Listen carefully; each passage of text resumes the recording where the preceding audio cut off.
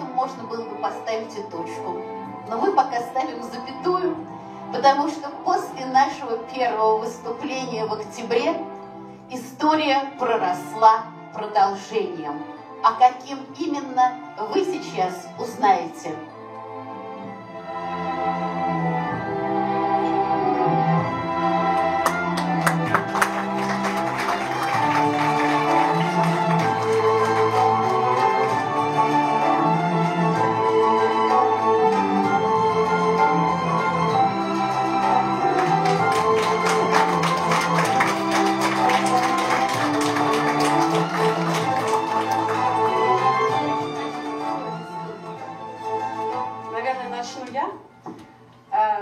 После первого просмотра этого спектакля я была настолько впечатлена игрой актеров, и вообще я тоже актриса, можно сказать, этой труппы.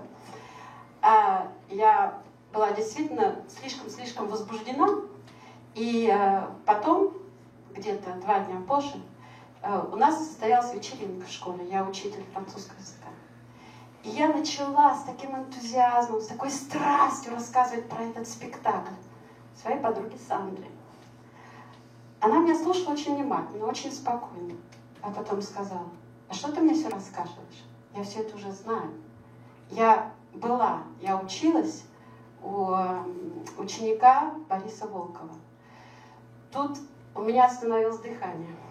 Когда я села в машину, нарушая все правила дорожного движения, я тут же начала текстовать своей труппе и говорить, что вы представляете, у меня есть человек, и это моя подруга, которая соприкоснулась с той эпохой. Потому что то, что мы видели здесь, это было 20-е годы. А моя подруга Сандра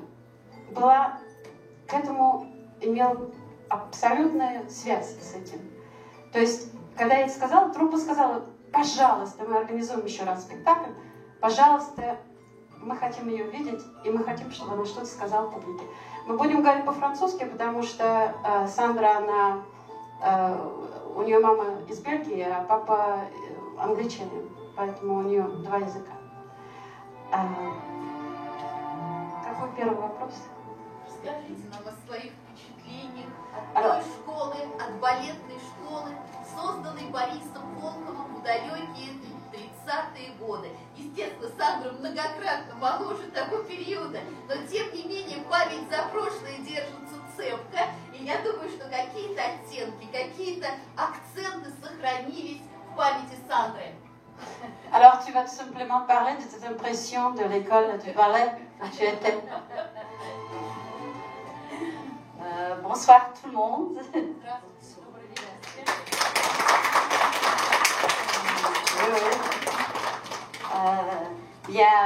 À l'école de danse, c'était très strict. Boris Volkov, il voulait surtout travailler les muscles des cuisses.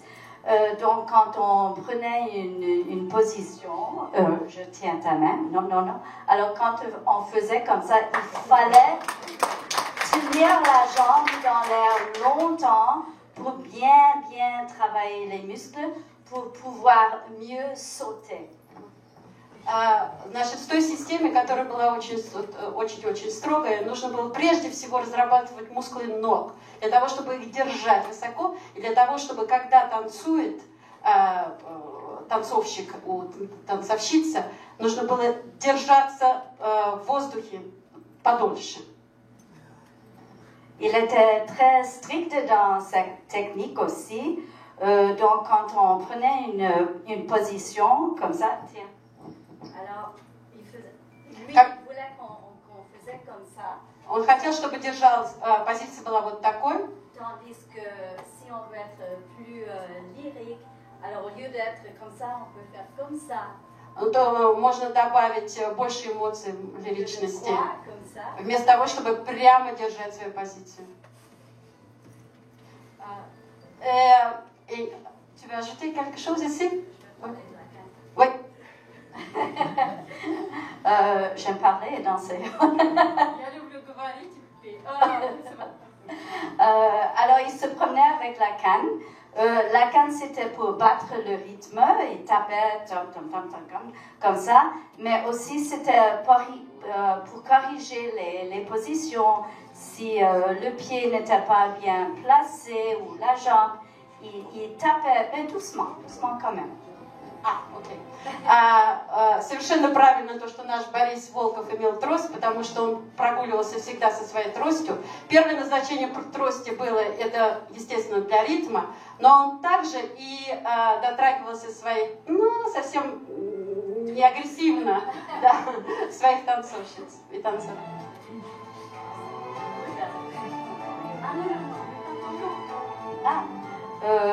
D'accord. Alors à l'époque, il y a très longtemps, quand on voulait monter sur la scène, on voulait tous avoir des noms russes parce qu'on voulait imiter les Russes. Donc moi, tu veux continuer? Je vais traduire d'abord. Вот это очень интересно, причем это только что я узнала. Значит, балерины в Канаде для того, чтобы приобщиться к русскому балету, им давали русские имена. Alors, oui, Anna Pavlova, quand elle était à New York, elle avait sa propre compagnie. Dans sa compagnie, il y avait 8 danseuses, mais il fallait augmenter la compagnie. Elle invitait des Anglaises et chaque danseuse devait changer son nom pour avoir l'air d'être russe. Когда были гастроли в Нью-Йорке, у Анны Павловой было всего 8 танцоров или танцовщиц. Ей нужно было добавить больше танцоров. И для того, чтобы иметь больше русского акцента, стиля, этим людям, которые вошли в труппу, им давали русские имена. Moi, je m'appelle Sandra, je suis anglaise. Donc en anglais, c'est Sandra. Et puis mon nom de famille, c'est un nom bien anglais aussi, c'est Swire. Donc je m'appelle Sandra Swire. Bien sûr, sur la scène, ce n'est pas beau du tout. Donc mon nom de scène, on a changé mon nom, Sandra Swire. Je suis devenue Alexandra Swirova. Вы, наверное, вы помнили, когда я была на сцене, мое имя, я англичанка, и моя фамилия Свайер, и я стала Александра Свайрова.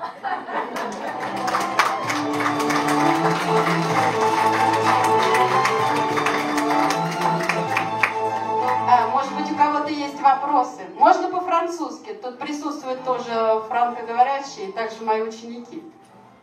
Oui, il y a une question. У нас есть вопрос. Madame Denis, vous étiez en même temps dans l'école de ballet canadien et l'école canadienne russe. Est-ce qu'il y a une différence? Et c'est quoi la différence entre les deux? Небольшое уточнение. Сандра сейчас танцует в школе балета. Так вот, какая разница балет от русской школы и сегодняшний балет канадский? À vrai dire, dans l'école canadienne, on prenait de partout. Donc, le style est devenu plutôt un mélange de tous les styles. Le style russe était plus strict, plus travaillé, les muscles, comme j'ai dit, plus lourd aussi. Mais il y avait plusieurs écoles, donc il y avait l'école italienne aussi, c'était la technique de Cecchetti. Il y avait l'école en Angleterre, Royal Academy. Il y avait l'école à Danemark, le style Bournonville qu'on appelle. Et ici en Amérique du Nord, on a pris d'un peu partout pour donner encore un autre style qui est plutôt le style nord-américain. Я не запомнила все школы, но это скорее всего канадская школа. Канадская школа – это школа, которая имеет меланж, смесь нескольких школ – итальянской, английской, датской. Тогда как русская школа, она очень строгая и даже немножко тяжеловатая.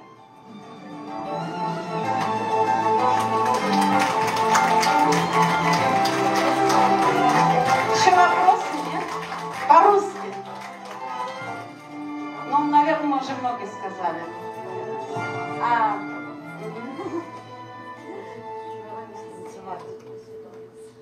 Она хочет поблагодарить месье Борис.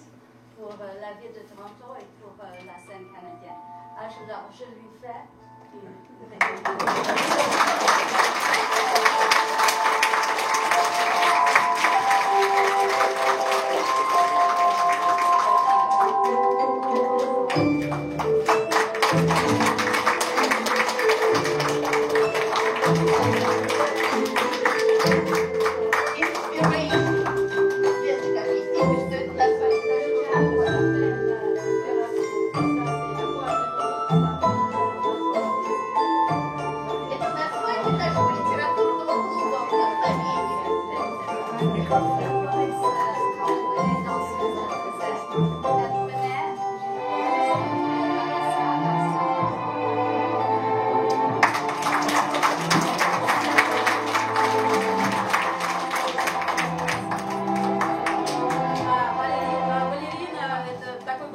балерина из своего букета доставала розу и дарила своему партнеру.